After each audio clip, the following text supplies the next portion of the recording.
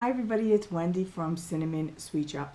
Now I haven't made a baker's tip video in a while, so today I'm going to make one regarding raw cookie dough that is eggless. Now as a kid, I always ate raw doughs and batters, brownie batter, cake batter, cookie dough. Never got sick from it. But in recent years, you're hearing about E. coli being found in raw cookie dough or anything that has raw eggs in it.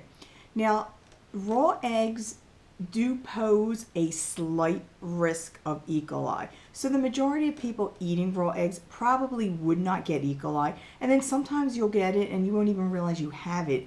Depending on your age, older people and young children tend to get the worst effects of it. And it can even kill them. So it's not something you want to laugh off.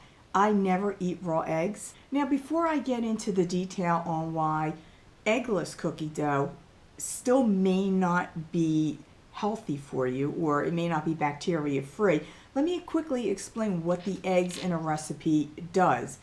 The eggs act as a binding agent.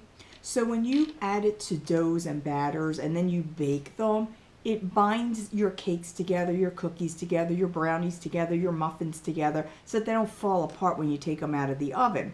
So if you're going to eat raw doughs or batters, it's not even necessary to have the eggs. So a lot of those who came up with recipes for raw cookie dough, they just figure we'll take the eggs out and replace it with another type of liquid to get that dough. But what they did not realize at the time was that when over time people were eating the eggless raw cookie dough and they were still getting sick. Not a lot of people, again, it's not something widespread, but people were still coming down with E. coli from eating raw cookie dough without any eggs. So they found it's eating raw flour. So what you have to do now to make a raw cookie dough, and it's really very simple, keep the eggs out. You also don't need the baking powders or sodas because that really only applies to something being baked.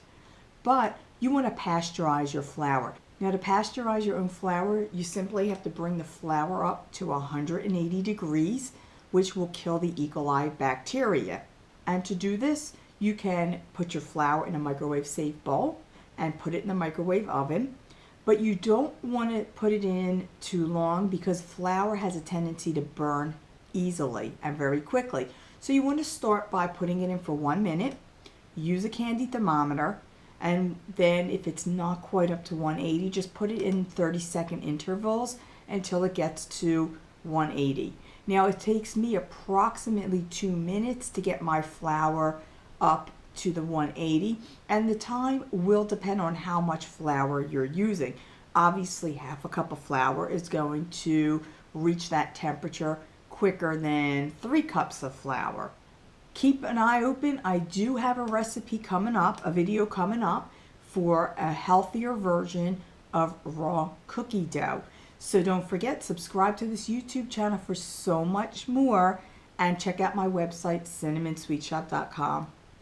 I'll see you all next time.